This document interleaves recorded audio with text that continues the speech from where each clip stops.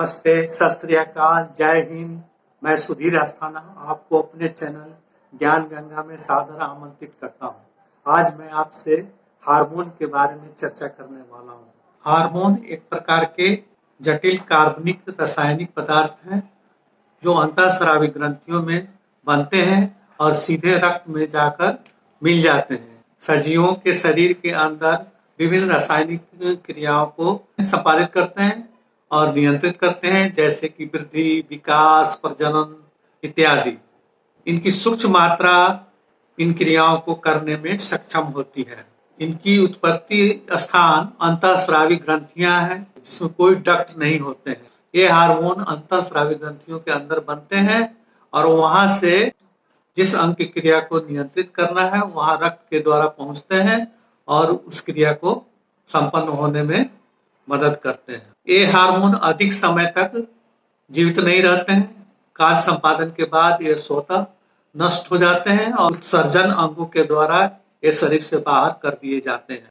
Hormone की कमी या अधिकता दोनों ही सजीवों के शरीर को प्रभावित करती है और सजीवों के शरीर में व्यवधान उत्पन्न करती है। हार्मोन जंतु और पादप दोनों में बनते हैं और दोनों की रासायनिक रचना अलग होते हैं। पौधों में पाए जाने वाले हार्मोन पादप हार्मोन या वनस्पति हार्मोन कहलाते हैं। आज हम केवल जंतु हार्मोन के बारे में आपसे बात करने वाले हैं, लेकिन थोड़ी सी चर्चा मैं पादप हार्मोन के बारे में भी करना चाहूंगा। ये पादप हार्मोन पौधों के पुष्प बनने, फल उत्पन्न करने, परागन, निषेचन इन क्रियाओं में, वृद्धि और विकास में, नियंत्रण और समन्वय में मदद करते हैं। ये पौधे की वृद्धि, विकास, कोशिका विभाजन, कलिका निर्माण, अंकुरन, अपस्थानिक जड़ों के विकास, पत्तियों के गिरने से रोकने का कार्य करती हैं। इसके साथ ही पौधों के तना में एक कैम्बियम जैसी रचना होती है, इसके कार्य को भी यह हार्मोन नियंत्रित करती है। कैम्बियम की सक्रियता से ही तनों का विकास होता है और उनकी मोटाई बढ़ती है। इस प्रकार हम देखते हैं कि वनस्पति हार्मोन पौधों के विकास, वृद्धि, प्रजनन, अंकुरन, कलिका निर्माण, अपस्थानिक जड़ों के विकास, कैम्बियम की वृद्धि, पत्तियों के गिरने से रोकने इत्यादि अनेक महत्वपूर्ण कार्यों को करती हैं। इस तरह आप समझ गए होंगे कि वनस्पति हार्मोन भी पौधों के लिए बहुत आवश्यक है। जैसा कि मैंने पहले बताया, जंतु हार्मोन अंतःस्रावी ग्रंथियों में बनते हैं।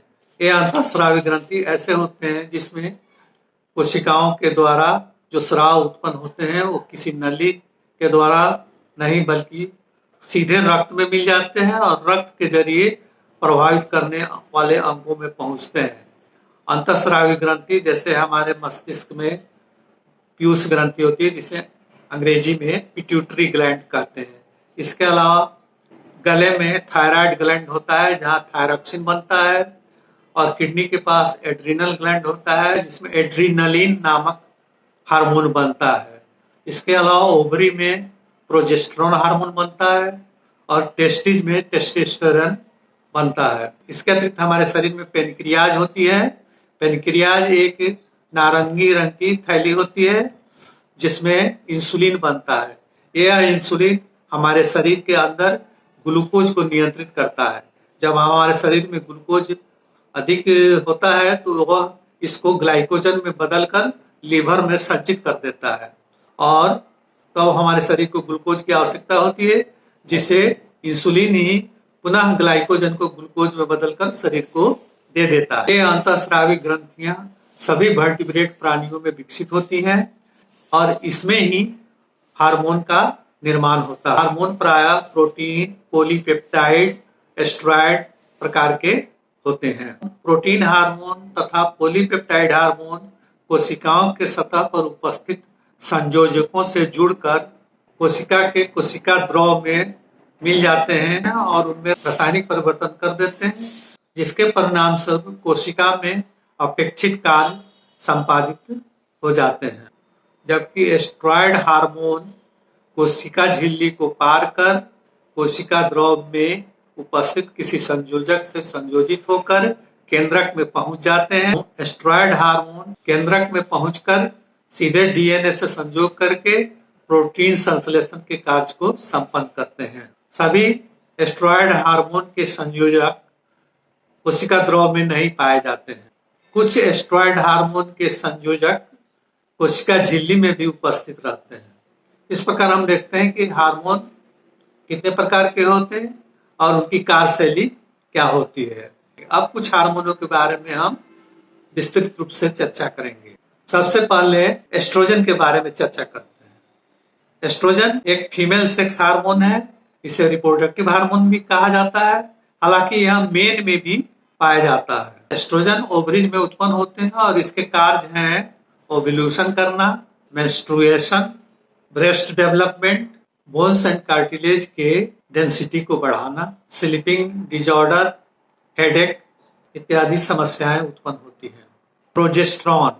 प्रोजेस्टेरॉन भी फीमेल सेक्स हार्मोन है, या कह सकते हैं कि यह फीमेल रिप्रोडक्टिव सिस्टम से जुड़ा हुआ है। इसका कार्य है कि प्रेगनेंसी के लिए यूटेरस को प्रिपेयर करना।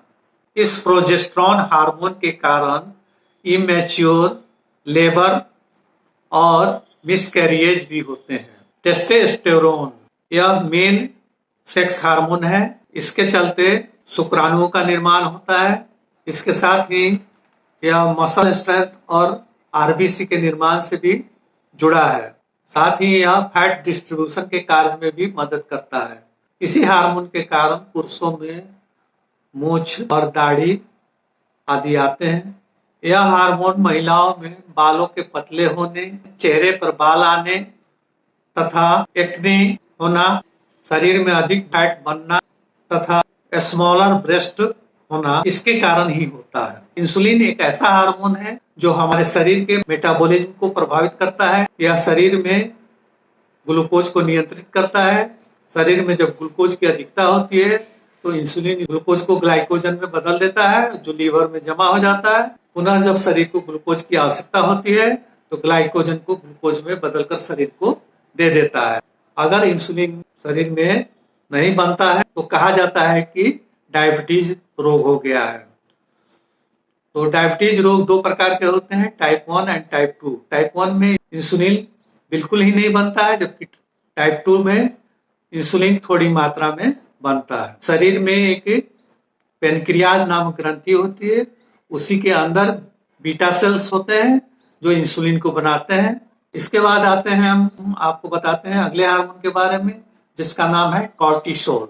यह एक स्टेरॉयड हार्मोन है, मेटाबॉलिज्म को कंट्रोल करता है, ब्लड प्रेशर को रेगुलेट करता है और शरीर में एंटी इन्फ्लेमेटरी कार्य करता है। शरीर में एक पिट्यूटरी ग्लैंड होती है जो ब्रेन के पास होती है।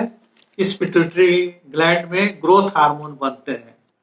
ग्रोथ हार्मोन के कारण ही शरीर की लंबाई में वृद्धि होती है और इसकी कमी से शरीर बौना रह जाता है। अगला हार्मोन जिसके बारे में हम जानेंगे वह है एड्रिनलिन। एड्रिनल ग्लैंड में बनता है। यह एड्रिनल ग्लैंड किडनी के पास स्थित होता है। एड्रिनलिन हार्मोन शरीर में क्विक डिसीजन लेने में मदद करता है।